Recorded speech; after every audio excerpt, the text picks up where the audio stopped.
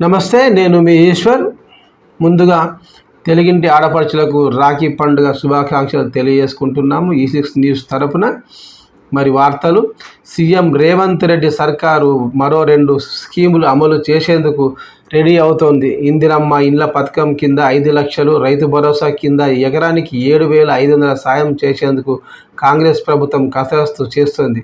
ఇప్పటికే ఇందిరమ్మ ఇండ్లకు 5 లక్షల ఆర్థిక సాయంపై కేబినెట్ నుంచి సిగ్నల్ వచ్చింది. ఈ స్కీమ్ కింద ప్రతి నియోజకవర్గంలో 3,500 చొప్పున ఈ సంవత్సరంలో 4.50 ఇండ్లు నిర్మించాలని ప్రభుత్వం లక్ష్యంగా పెట్టుకుంది. అయితే గత ప్రభుత్వం రైతు బంధు కింద సాగులో లేని భూములకు సైతం పెట్టుబడి సాయం చేసిందని, గుట్టలు, హైవేలు, రాళ్లు, రప్పలు ఉన్న భూములు, వెంచర్లకు సైతం రైతు బంధు ఇవ్వడం విమర్శలకు తావిచ్చింది. దీంతో భూస్వాములు, రియల్ ఎస్టేట్ వ్యాపారులకు లబ్ధి జరిగింది అనే ఆరోపణలు వచ్చాయి. గత బీఆర్ఎస్ ప్రభుత్వ హయాంలో దాదాపు 24,000 కోట్ల రూపాయలు అనర్హుల ఖాతాలో జమ అయ్యాయి అని కాంగ్రెస్ ప్రభుత్వం ఎంక్వైరీలో వెల్లడైంది.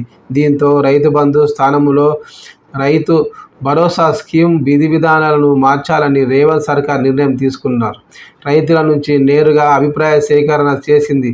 మెజార్టీ రైతులు రైతు బంధుకు 10 ఎకరాలు పరిమితి చేయాలని సూచించారు. కొన్ని చోట్ల 7 నుంచి 8 ఎకరాలకు ఇస్తే చాలని చెప్పారు. ప్రభుత్వం మాత్రం 10 ఎకరాల సీలింగ్ పెట్టబోతుందని ఉన్నత వర్గాల ద్వారా తెలిసింది. ఈ క్రమంలోనే ఎకరాకు 7,500 చొప్పున కనీస రూపాయలు 7,000 కోట్ల మేర రైతు భరోసా కింద పంపిణీ చేసేందుకు సిద్ధమైన సర్కారు ఈ మేరకు ఫండ్స్ రెడీ చేసుకుంటున్నదని, నిధులు సేకరణ కొలుక్కి వస్తుందని భావిస్తున్నారు. పండుగ సందర్భంగా ఈ స్కీమ్లను ప్రారంభించే అవకాశం ఉన్నట్టు అధికారులు భావిస్తున్నారు.